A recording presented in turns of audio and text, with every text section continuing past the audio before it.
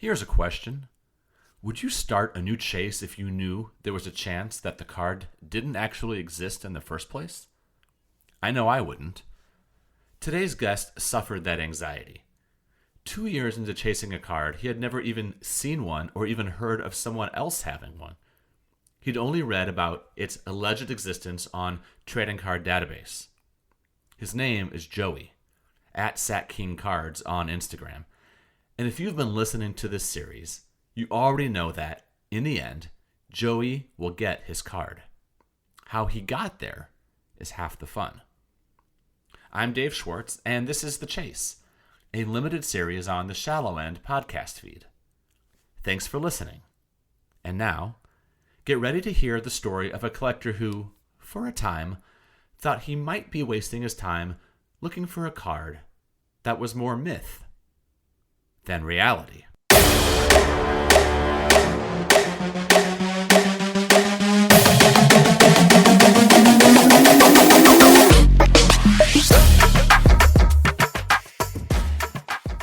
Welcome in to The Chase and to the Shallow End. Joey on Instagram, he has SatKingCards. Joey, welcome to the show. And what is the chase we are talking about today?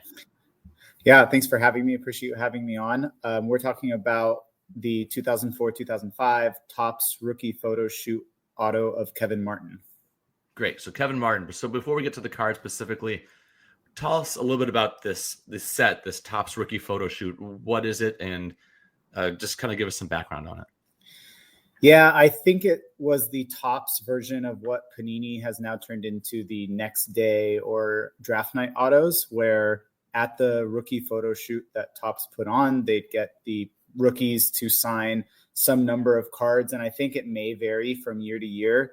I think I had read that in 2003, it might have been a total of 50 cards. And so they had them sign some number of cards, and some of them were put into packs. And those cards that were put into packs have a little hologram on the back, and some don't have a hologram on the back, which I think was hypothesized to maybe have been cards that were given to the player themselves, maybe to pass out to friends or family. I'm not sure exactly, but this is just what I've read from various forums and online sources. I've never seen an exact print run or suggested print run for this year's copy, 2004-05, but I think what I've seen in the past is up to 50. Okay. So about 20 years old, 50-ish or so copies. Hard to find. What is your connection with or your interest in Kevin Martin? Well, he was kind of one of the best players on the last Kings playoffs teams from that early 2000s period. And obviously it had been 20 years since they had made the playoffs. I started following the Kings and became a fan during those late 90s, early 2000s teams. And I'm a pretty loyal fan. So even though it's been a rough 20 years, I've kind of continued watching and supporting them ever since. And so I just collect cards from players from that team, those early teams up until the present day. And it helps kind of keep me, I look back at them and I remember the players, remember some of the moments of rooting for those players. And so for Kevin Martin, I specifically kind of tie him to one of those, the twilight days of those glory year teams. Yeah, for those who don't remember, and you know more than I do, but Kevin Martin, if I remember, was a really good outside shooter. Like he could really hit from 3-point range. Yeah, really good outside shooter. And obviously that was kind of, I think, his only main strength. I don't know if this is like the only thing anyone would remember, but I personally remember that in that last playoff series that the Kings had, it was a first round series against the Spurs, and they of course lost 4-1. The one win they had was kind of a last second crunch time. They were playing defense. The Kings stole the ball, got out on a fast break. Kevin Martin made a kind of game-winning layup over the Spurs. And so it was kind of just like, that was when I was a teenager, so an early teenager. So it stuck with me. So one last question before we get to the chase part of it. Talking about the mid-aughts when this card was first came out, which was still a pretty exciting time. Topps Chrome was still out. Topps Finest was still out. What is it about this set or this card in particular that piqued your interest? I think just kind of that mystery around it, that from year to year, we're not sure whether the print runs are consistent, and we don't know exactly why some copies have a hologram on the back and some don't. Actually, as I was kind of researching the set, I think there was somebody specifically looking for this Kevin Martin on eBay, and they have a listing on eBay that I think is still there, looking for a copy. I think they have it listed at like $5,000 or something crazy like that, saying, if you have this card, contact me if it has a hologram on the back. And I just thought it was really intriguing. So I thought that mystery or lore around it made it really intriguing. And, at the time when I actually decided that I wanted to pick one up, I didn't really realize how hard they were to get. And I think I picked up the first one that I found pop up on eBay, and that took years. I hadn't seen one live and available or anything for years.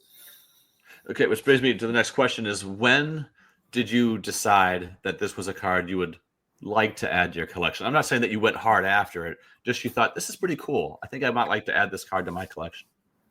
Yeah, so it's funny, I actually looked back at kind of some of my like spreadsheet and when I'd put the card into my cards I'm after spreadsheet, and it was summer of 2021 is when I said, okay, hey, I've discovered the card. This is a card that I'm looking for. Kings didn't have a lot of great rookies, in the 2000s. And so I thought, hey, this would be a really cool card to go after. And that's kind of when I discovered it and started looking into it and adding it to my list.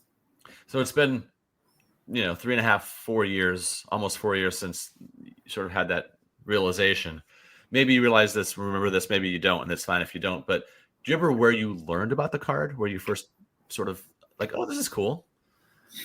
I was looking at Kevin Martin's TCDB database, and I was just kind of scrolling through, and that's kind of, I saw it and I thought, hey, what is this rookie photo shoot kind of set? And started looking at it on TCDB. Couldn't find any copies of Kevin Martin for reference, because whenever I decide or start thinking about picking up a card, I kind of look at what's available and what's out there to see what it looks like, to see what, how much it's selling for, how much copies are that are available, things like that. But and so I found the set on TCDB. There was no picture of the card on the list or on that database posting. I did see a couple pictures of cards and of other players from the set. I had, I think, heard in another podcast somebody talking about a Pacers rookie from the set. And then I saw that there were some cards sold on eBay from the set, but I couldn't find anything about the Kevin Martin. So I was kind of hoping, and it took me, I think it was 2 years, like 2 years of looking for the card. I'd never even seen one that was available for sale or in a collection. I was, by that time, around 2023, summer 2023, I was like, I don't even know if this card was ever made or exists. So I hope that it does. And I've seen other cards or copies from other players in the set. So I'm going to keep looking.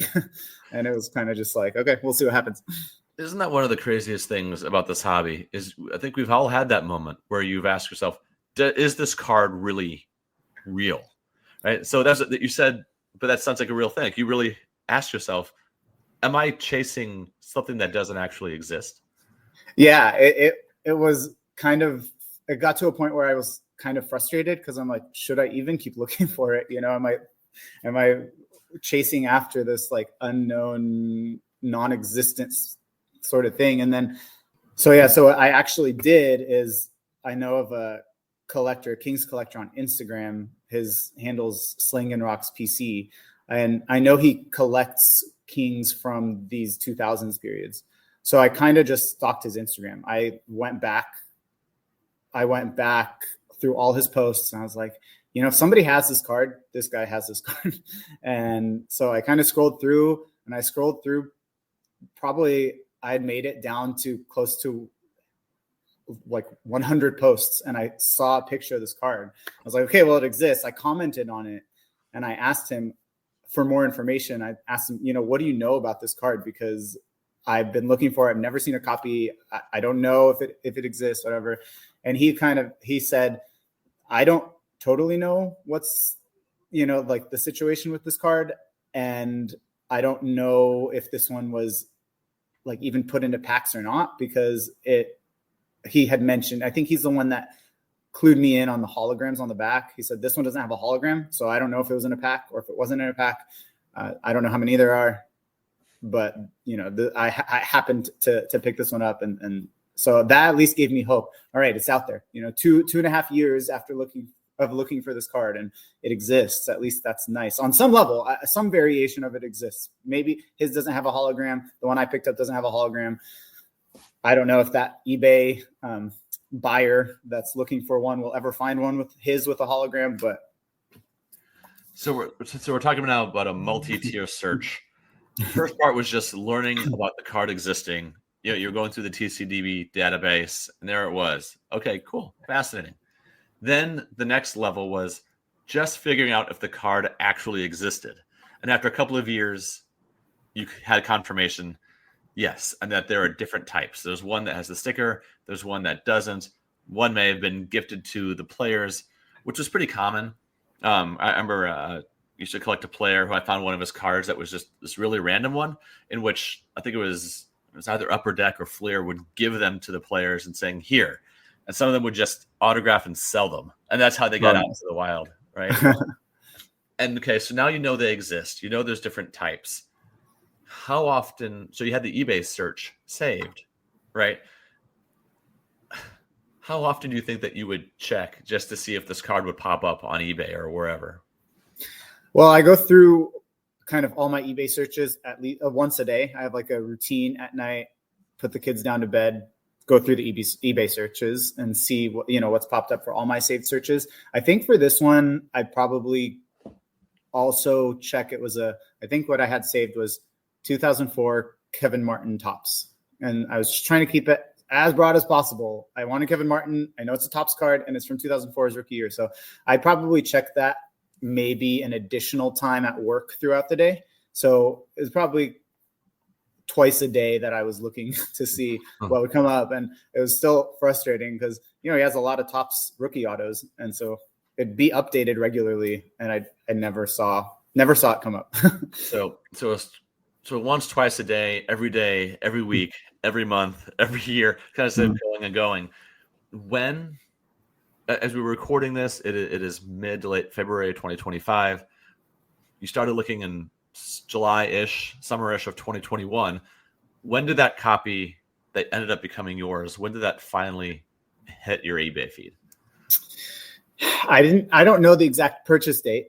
I could probably look it up quickly, but it was in January of 2025. It was sometime in early to mid-January 2025.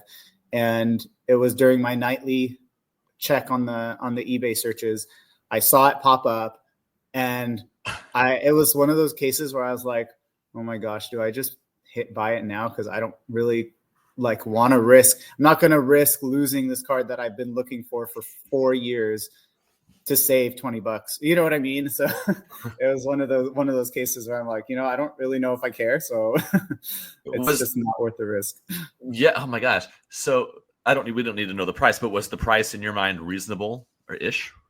Oh yeah, totally. I mean, considering the fact that I hadn't seen a copy for 4 years, yeah, I think even double, maybe even triple the price would have been reasonable for me. Was the person who sold it, do you know if they had any sort of connection to the Kings, to the set, or was it just some seller who happened to have it?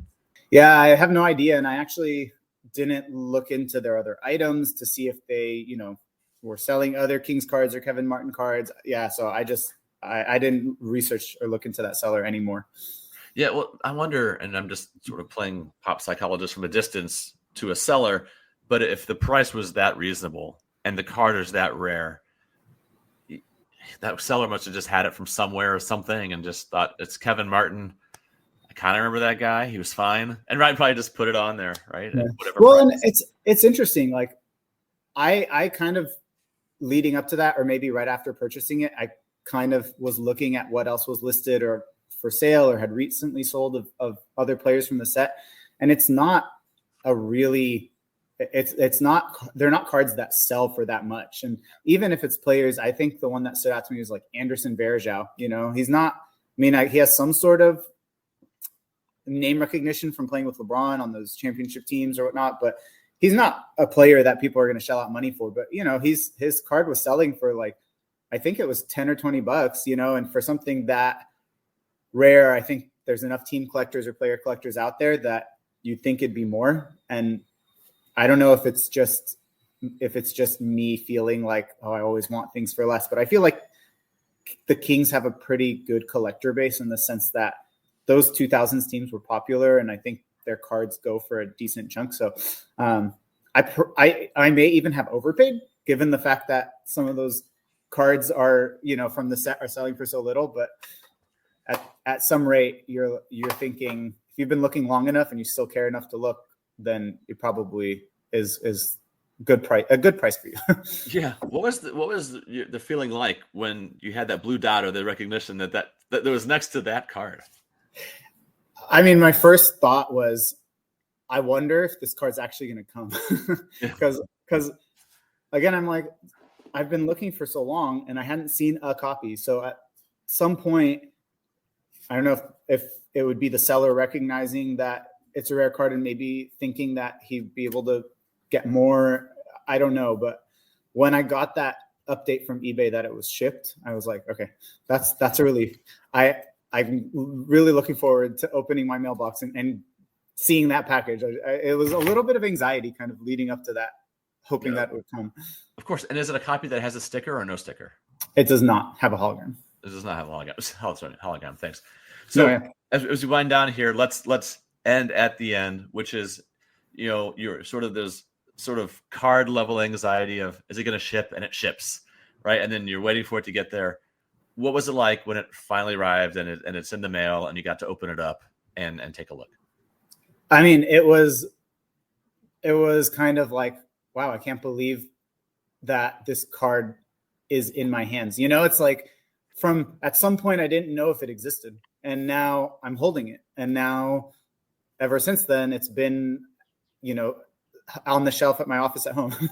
So it's kind of, I feel like in really, and you know, this might be like a really card nerdy thing to say, but in really like positive or negative experiences, I feel like me personally, I kind of have this like speechlessness, you know, and it's like, I feel sometimes I'm like remembering when you asked that, I remembered back to, you know, opening package and looking at the card, and I was thinking, oh man, I don't even like, I still don't know that I have the words to kind of encapsulate that relief or whatever. It feels so nice that that card is finally something I own.